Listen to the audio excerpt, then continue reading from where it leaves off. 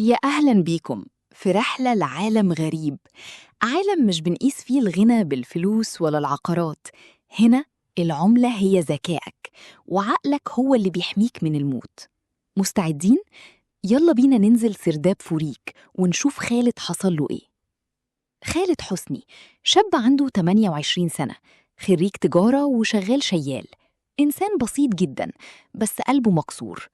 اتقدم لمنى حبيبته 8 مرات، وفي كل مرة أبوها بيرفضه وبيرمي في وشه السؤال الصعب: عملت إيه مميز في حياتك؟ خالد من كتر اليأس قرر يعمل حاجة مجنونة يثبت بيها نفسه، حتى لو هيدفن نفسه بالحياة. كان عايش مع جده عبده، حكاله عن سرداب مهجور تحت بلدهم اسمه سرداب فوريك، والناس بتقول إنه مليان كنوز. بس الصدمة كانت لما خالد عرف إن أبوه وأمه ما ماتوش في حادثة زي ما كان فاكر. دول نزلوا السرداب ده زمان وما رجعوش. خالد خد كتاب قديم من عم مصطفى وقرر ينزل السرداب، يا يلاقي كنز يخليه يتجوز منى، يا يموت ويخلص.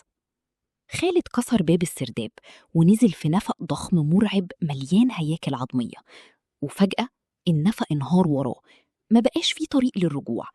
فضل يمشي لحد ما لقى نفسه في صحراء وسما لونها غريب. هنا عرف إنه مش في محافظة الدقهلية خالص، ده في عالم تاني تماماً.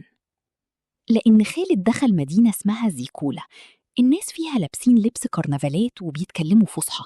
حاول يشتري أكل ب10 جنيه مصري، الناس افتكروا الورقة أكل، ولما عرفوا إنها بلاستيك رموها في وشه. هنا خالد عرف القانون: في زيكولا مفيش فلوس، في وحدات ذكاء. تشتغل تاخد وحدات، تشتري أكل تدفع من وحدات ذكائك. يعني كل ما تصرف أكتر ذكائك بيقل وصحتك بتضعف. والغني هو الذكي، والفقير هو الغبي اللي مهدد بالموت. أرعب حاجة في زيكولا هي يوم زيكولا.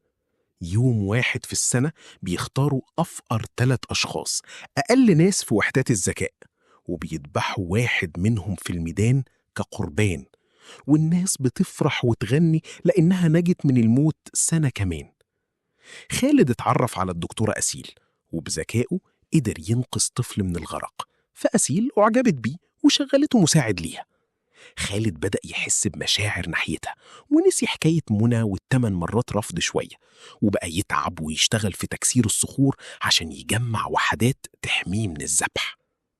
خالد اكتشف إن أبوه وأمه كانوا هنا من 20 سنة، وعرف إن الكتاب اللي معاه هو تذكرة الرجوع لمصر. بس الصدمة الكبيرة كانت في المنطقة الشمالية. خالد قابل هلال واكتشف إنه أخوه، بس هلال طلع خاين وقاتل، هو اللي قتل أبوهم زمان عشان يورث الكتاب والثروة. هلال هنا استغل خالد وطلب منه 500 وحدة ذكاء مقابل الكتاب.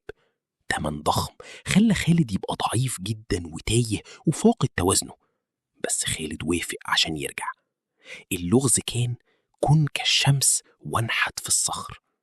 أسيل بذكائها عرفت إن المخرج من نفق تحت سور زيكولا في منطقة الهلاك، وخالد صرف كل وحداته عشان يحفر النفق. وفجأة حصلت كارثة، زوجة الحاكم ولدت بدري، ويوم زيكولا اتقدم. خالد دلوقتي بقى من أفقر الناس واتقبض عليه عشان يتذبح.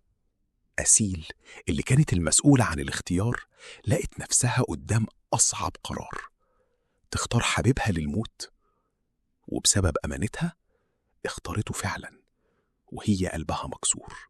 في الزنزانة أسيل ودعت خالد بقبلة، بس دي ما كانتش مجرد قبلة، دي كانت تحويل رصيد.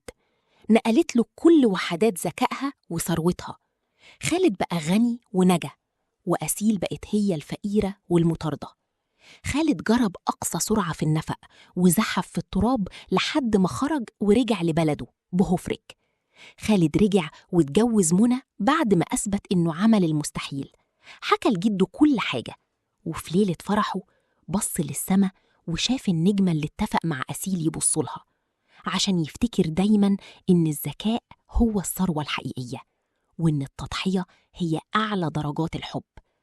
والرضا يا جماعة هو إنك تكتشف إن النعمة كانت في إيدك من الأول. وبالنهاية، لو عجبتكم الرحلة ما تنسوش تتابعوا صفحة نور ساينس AI عشان تعيشوا معانا قصص تانية وتطوروا ذكائكم، وما تخافوش من غير ما تدفعوا وحدات. مع السلامة.